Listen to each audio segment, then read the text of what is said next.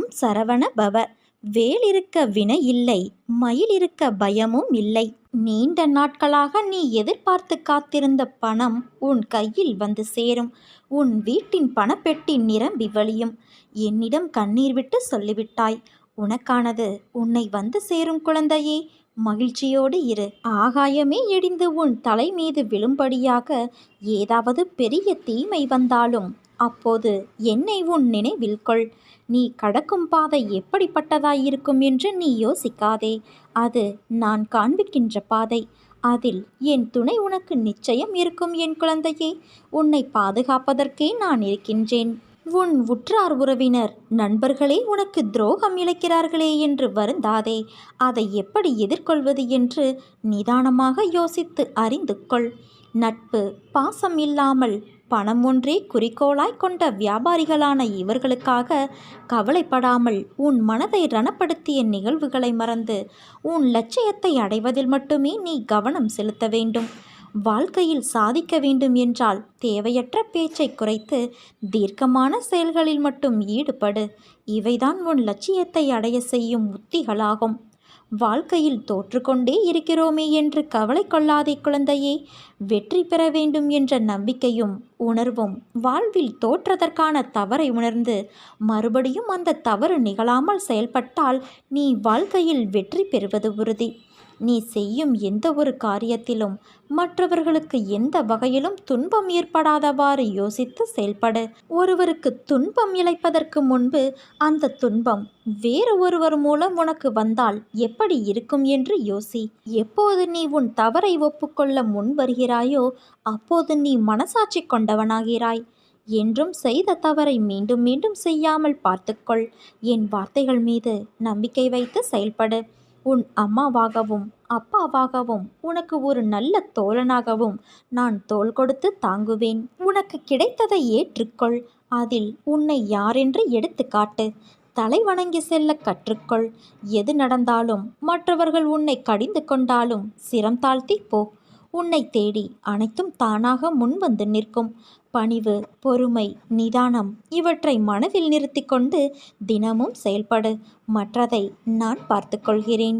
உனக்கு வரும் கஷ்டங்கள் எல்லாம் உன்னை தாழ்த்த என்று நீ நினைத்து கொண்டு இருக்கிறாய்.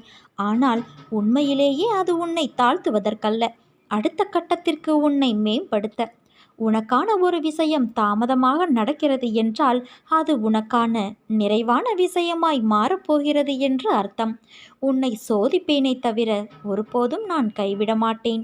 இன்று இதை நீ நன்றாக உணர்ந்து இருப்பாய். உன்னை சுற்றி உன் மனதை தூற்றி பேசுபவர்களை பற்றி நினைக்காதே. அவர்களோடு வாதம் செய்யாதே. அமைதியாக கடந்து செல். ஏனென்றால் வாக்குவாதம் செய்தால் உன் நிம்மதிதான் இழந்து போகும். வாக்குவாதம் செய்து உன் நிலையை நீ புரிய வைப்பதை விட அமைதியாக சென்று உன் செயலால் அவர்களுக்கு அதை உணர்த்து. என்றைக்கும் சொல்லும் சொல்லில் கவனம் தேவை. அதை மட்டும் நன்றாக நினைவில் வைத்துக்கொண்டு செயல்படு. உனக்கு துன்பம் என்ற ஒன்று வந்தால் அதற்குரிய தீர்வும் உதவியும் ஏதோ ஒரு வகையில் உன்னை வந்து சேரும்.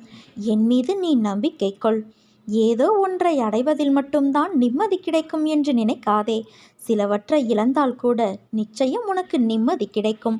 நான் உன்னை விட்டு விலகவும் மாட்டேன், கைவிடவும் மாட்டேன். உன் வீட்டில் தேவைகளுக்கு குறைவு வராமல் நான் காப்பாற்றுவேன். என் வார்த்தைகளை நம்பு. மீதியை நான் பார்த்து கொள்கிறேன் குழந்தையே.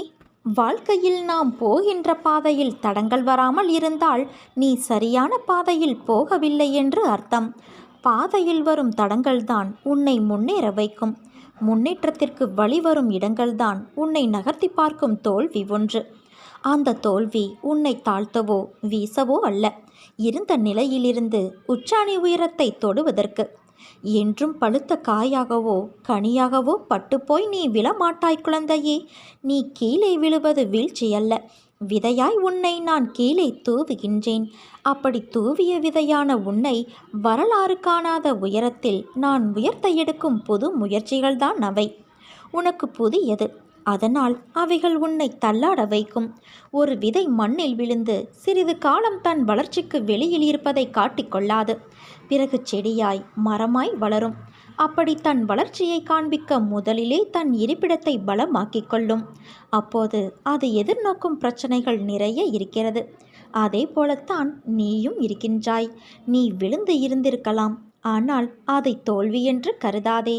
எழுந்து வானமாய் படர்ந்து நிற்கும் அளவிற்கு நீ உயரப் போகிறாய் குழந்தையே. அதற்குத்தான் இந்த சிறிய சறுக்கல். சறுக்கல் என்பது கீழே விழுவதற்கு அல்ல, மேலே உயர்ந்து செல்வதற்கு. உன்னை விதையாய் உன் வாழ்க்கையில் புதிய பாதையில் நான் தூவி இருக்கிறேன். சிறிது கடினமாக இருந்த வழிகள் அது உனக்கு உணர்த்தும் பாடமாக இருக்கலாம். ஆனால் நிச்சயம் நீ உயர்வாய் குழந்தையே. என்ன இப்படி சொல்கிறீர்களே என்கிறாயா? நான் சொல்வது கால நேரம் பார்த்து சொல்கின்ற சொல் அல்ல, எந்த காலத்தில் நடக்கும் என்ற சொல். எதிர்காலத்தில் உன் காலம் என்று சொல்லப்படும் அளவிற்கு நடக்கும். அதற்கு மறைமுகமாக நான் சொல்லும் சொல்தான் எதிர்காலம். கொஞ்ச தூரம்தான், அதனால்தான் தாமதமாகிறது என்று நினைக்கின்றாய். ஆனால் அது தாமதமில்லை. உன்னை நீ தயாராக்கிக் கொள்ளும் காலம் இது. வெற்றிக்கான காலம் வந்துவிட்டது குழந்தையே. இதில் நீ நிச்சயம் ஜெயிப்பாய். இந்த உலகமே தலைகீழாக மாறலாம், ஆனால் நாம் வழி தவறிவிடக்கூடாது. நம்முடைய நிலையிலேயே உறுதியாக நின்று கொண்டு அமைதியாக இவ்வுலகை வேடிக்கை பார்க்க வேண்டும். என்னை எவன் மிகவும் விரும்புகிறானோ அவன் எப்போதும் என்னை காண்கின்றான். என்னை விட்டு நீங்கினால் இந்த உலகமே அவனுக்கு சூனியமாக தோன்றிவிடும். என் கதைகளைத் தவிர பிறவற்றை அவன் கூறுவது இல்லை. இடையராது என்னையே தியானித்து என் நாமத்தையே ஜெபம் செய்கின்றான். முழுமையாக தன்னை என்னிடம் சமர்ப்பித்து என்னையே எப்போதும் எவன் நினைவில் கொண்டு இருக்கிறானோ அவனுக்கு நான் கடன்பட்டதாக உணர்கின்றேன். அவனுக்கு விடுதலையளித்து என் கடனை நான் தீர்ப்பேன். என்னை நினைத்து எனக்காக ஏங்குபவனையும் எதையும் முதலில் என்னை நினைக்காமல் உண்ணாதவன் பாலும் நான் சார்ந்திருக்கின்றேன். என்னிடம் வருபவன் ஆறானது கடலோடு ஒன்றாவது போல என்னோடு இரண்டர கலக்கின்றான். பெருமையையும் அகங்காரத்தையும் விட்டு ஒழித்துவிட்டு எல்லளவும் அவற்றின் அடையாளம் கூட இல்லாதபடி விலக்கி உன் இதயத்தை அமர்ந்து கொண்டு இருக்கிற என்னிடம் உன்னை பூரணமாக சமர்ப்பித்துவிடு. உனக்கு ஏதாவது வேண்டுமானால் என்னிடம் மட்டும் கேள். இவ்வுலக கௌரவத்தை விட்டுவிடு. கடவுளின் அருளையும் ஆசியையும் பெற முயற்சி செய்.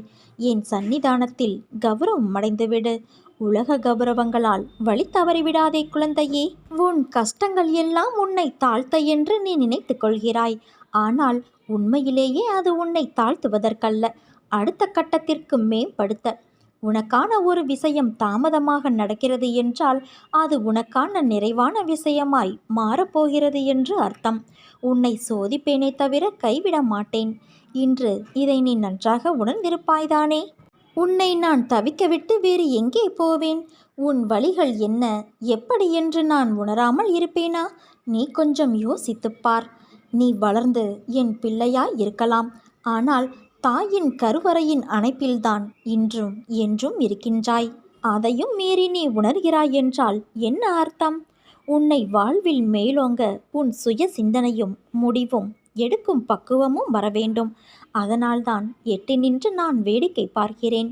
இன்று நீச்சல் தெரியாமல் துன்பத்திலும் வலியிலும் தத்தளித்த நேரத்தில் உனக்கு நான் பக்கத்தில் நின்றேன். இன்று உனக்கு நீச்சல் ஓரளவிற்கு தெரிந்துவிட்டது. இனிமேலும் உன் அருகில் நான் இருந்தால் எல்லாவற்றையும் நான் செய்வேன் என்று நீ இருப்பாய். நான் சொல்லும் அனைத்தும் உனக்கு சரியா தவறா என்று ஆராயாமல் இருந்த என் பிள்ளையின் மனம் எனக்கு தெரியும்.